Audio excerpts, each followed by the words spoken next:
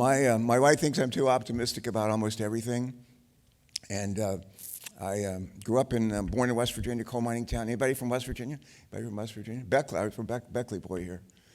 And there's a supermarket in Beckley. Used to be a supermarket on Harper Road, and right off the turnpike. And my grandfather was a butcher there. It was run by my aunt and uncle. And among the customers there were the family of Gale Mansion. See, they shopped at the mom and pop supermarket owned by my family. My grandfather was the butcher.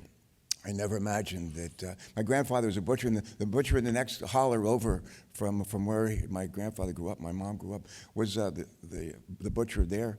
In the general store was Robert Byrd. And so it's like, and now like Joe Manchin's wife is shopping at the supermarket. It's all kind of interesting how things work out.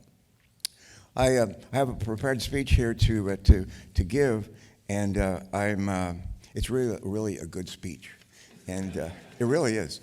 And I'm going to read it, and then I'm going to go off the cuff a little bit, and then it will be time for lunch. But now let me just paraphrase if I can. I mentioned I'm an optimistic person by nature. Born in a coal mining town, didn't have much, and got lucky enough to go to Ohio State Navy Rising Scholarship. I didn't have the money to go to college, and graduated right at the height of the Vietnam War in 1968. And next week headed for Pensacola, Florida, and the next year we headed for Southeast Asia for the first of 3 tours. Later on, when the war was over, and I'd end up in the House of Representatives, I led a congressional delegation back to Vietnam. We had thousands of people, MIAs, people who never recovered the remains, never found out what happened to our MIAs. And I led a delegation of House members, bipartisan, to try to find out what happened. And we met with the leaders communist leaders by then of a united Vietnam, and we had an incredible meeting, emotional meeting, but ultimately a very successful meeting. And we ultimately recovered the remains and found out what happened to hundreds of our MIAs and POWs. And that led to the establishment of relations between the United States and Vietnam. Today, Vietnam is maybe our strongest trading partner in that part of the world, and a great ally, and a bulwark, if you will, to China and the nonsense that China is trying to pull off. I got to my squadron, and before that in the Navy, we might have been the worst, P-3 squadron. Our job was to hunt for Red October and chase Russian subs all over the world and fly low-level missions off the coast of Vietnam during the war. And when I got to my squadron on the West Coast in California, we were maybe the worst P-3 squadron. Do we have any veterans here? Any veterans here? Let's put our hands together for our veterans.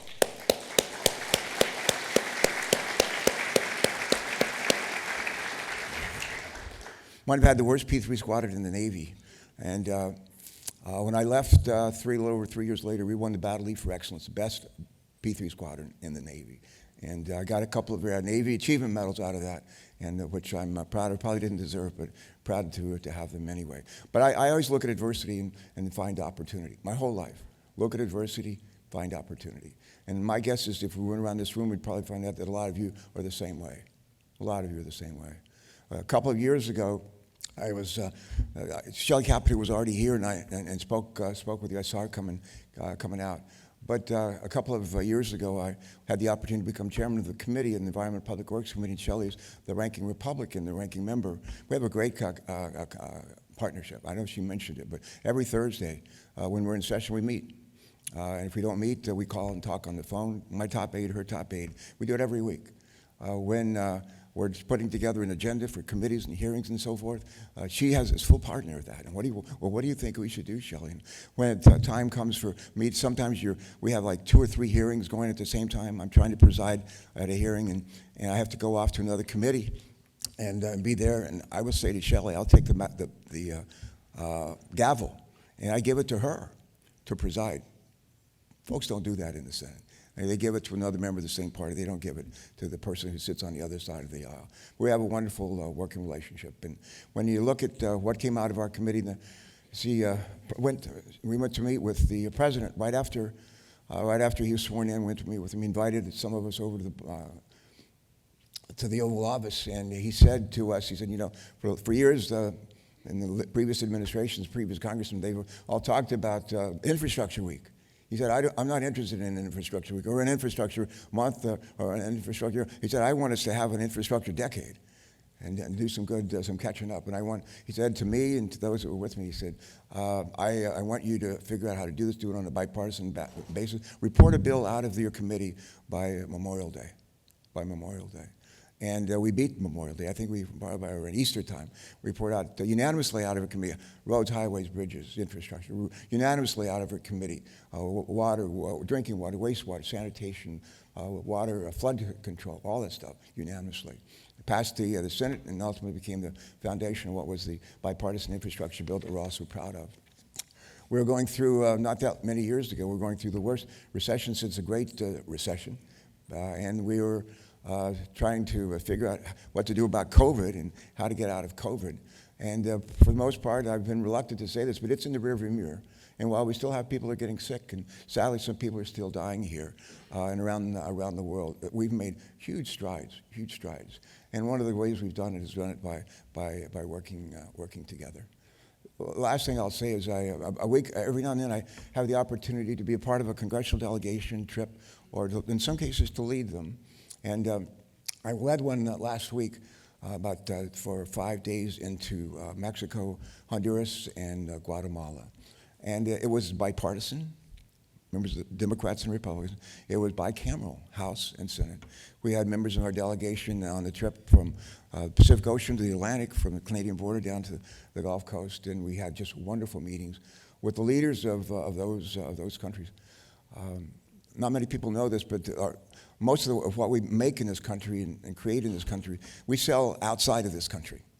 90% of the world's markets are outside of the United States, and we have to figure out how to sell to them and be successful at that, and we're pretty good at it.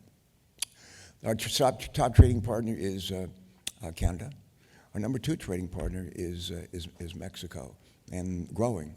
We have the opportunity to have growing trade relations with Honduras and Guatemala as well. They live very difficult lives. Some people in our country live very difficult lives. They really live difficult lives. A lot of crime down there, not much opportunity. Kids who finish 5 years of school can barely perform at a 3rd grade level. They have very expensive energy, and it's a tough situation. They look at us as our country as the city on the side of the hill that they look up to and admire, and they want us to help them. But I think the approach that I embraced and shared with the folks in that country, I said the audiences in these 3 countries, have you ever heard of Home Depot? And most of them had. They raised their hands. And I said, they have a saying at Home Depot, and it goes something like this: you can do it, we can help. You can do it, we can help. And I led people in Mexico and Honduras and Guatemala chanting that. We can do it, and they would say, you can help. And that's what we're trying to do. That is what we are trying to do. And I told them, I said, we've been doing democracy here for 200 and some years. 200 and some years. We've made every mistake you can make. And we've learned from our mistakes. And what does the Constitution say that does our Delaware? Who's here from Delaware? Anybody from Delaware? Let's give them a big round of applause. The Constitution, which was first approved in Delaware, we were the first to ratify the Constitution, December 7th, 1787. And the Constitution starts off in a preamble. Remember? We all learned this in school. We, the people of the United States, in order to form a more perfect union,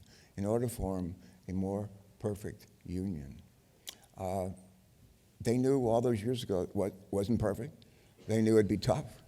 And we know today, we see it every day, how hard it is to govern. Winston Churchill used to say, democracy is the worst form of government devised by wit of man. Think about that. Except for all the rest. That's right. Worst form of government devised by wit of man, except for all the rest. Hard way to govern. But we've been at it for about 200 and some years, 250 years. And it doesn't get a lot easier. In fact, in some ways, with social media and all this stuff, and the internet and everything, it's actually harder than ever. But if we don't give up, if we elect the right kind of leaders who are interested, like Shelley and myself, to work reaching across the aisle and trying to find ways to do better and to do more for our folks, we'll get through this. I used to say that I like to quote the Bible. Anybody here who's ever been to church? I mean, My mom, we grew up in Danville, Virginia, right on the North Carolina border. And my mom used to take my sister and me to church every Sunday morning, every Sunday night, every Wednesday night, and most Thursday nights. People say, do they have church on Thursday nights? Well, we did. So like Southern Baptist Church, about 100 yards from our house. But my mom wanted to make sure that we understood the difference between right and wrong. She was real big on the golden rule, treat other people the way we want to be treated. She's really big on something called Matthew 20, Matthew 24, and it's about the least of these, When I was hungry, did you feed me? When I was naked, did you clothe me? When I was sick and in prison, did you visit me? When I was a stranger in your land, did you welcome me? And after we'd go to church all those, like 4 times a week, we'd come home to our house and my mom would turn on television and we'd watch Billy Graham. And but my mom wanted to make sure I knew the difference between right and wrong and would reach out to treat other people the way I wanted to be treated. And I like to quote the scripture. And for years I quoted a verse of scripture that goes something like this. If you give a person a fish, you feed them for a day. If you teach a person to fish, they can feed themselves for a lifetime. And one day after I'd used that in the speech, at the end of the speech, a minister came up to me and he said, remember when you said, give a person a fish, teach a person to fish? He said, that's not in the Bible. And I said, well, it should be. But we don't just magically create jobs. When I was governor of Delaware, more jobs were created in those 8 years than any 8-year period in the history of the state of Delaware. I didn't create one of them, but I worked really hard. Our folks in the Delaware Department of Transportation, led by one of Shalen's predecessors, we worked with the business community, worked with labor unions, Democrats and Republicans, and created a really great nurturing environment, a wonderful nurturing environment for jobs and job creation. That's the secret sauce. And it's not just the secret sauce in Delaware. It's really the secret sauce for our country, And one of my favorite hearings, I'll never forget it, I was brand new on the Environment and Public Works Committee, and John Barrasso from Wyoming was our chair. I was the ranking member, and we had a guy from Wyoming who'd been nominated to head up Fish and Wildlife in the Department of the Interior. And he said these words, and I've never forgotten them. He said, bipartisan solutions are lasting solutions. That's what he said. Bipartisan solutions are lasting solutions. And I believe that with every fiber of our body. The best thing you can do, that we can do to help people, is to help make sure they have a job. It's the best thing we can do to help people, make sure they have a job, that they can support themselves. I think with work comes dignity. It defines who we are. I'm sure you find that in your lives as well. But we don't create jobs magically. But we need, reflecting back on my visit to Central America last week, workforce is hugely important. You know that. The ability for us to have, when we turn on the water faucet, have water that we can drink and it's safe. Have air that we can breathe and not get sick from that. We're reminded of that from our friends in East Palestine, Ohio, what they're going through right now. We need safety, public safety, and they have a terrible time in Central America, so much corruption and crime.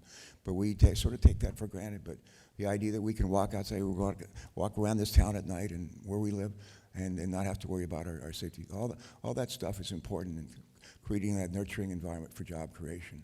And also right at the top of the list is the ability to get where we need to go when we need to get there, and to be able to move all kinds of goods and that we make in this country, across the country, across the states, and across the world.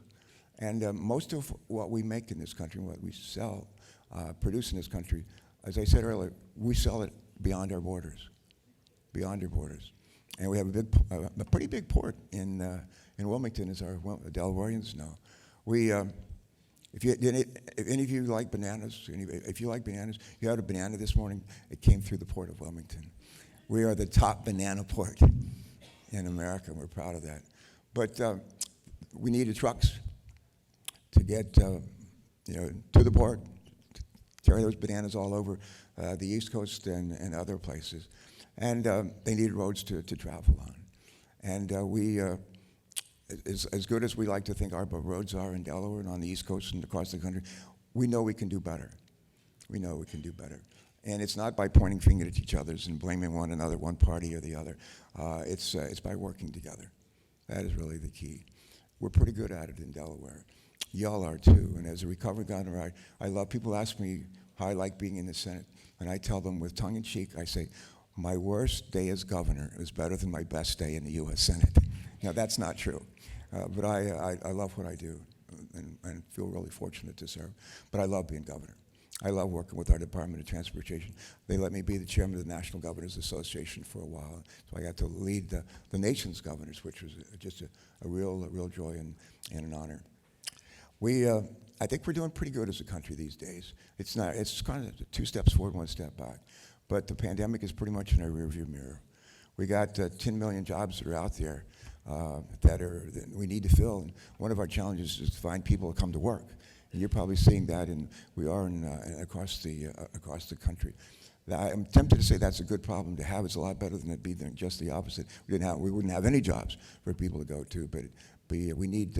I feel like we're losing our work ethic in this country, and that's not a good thing. But pandemic's in a rearview mirror.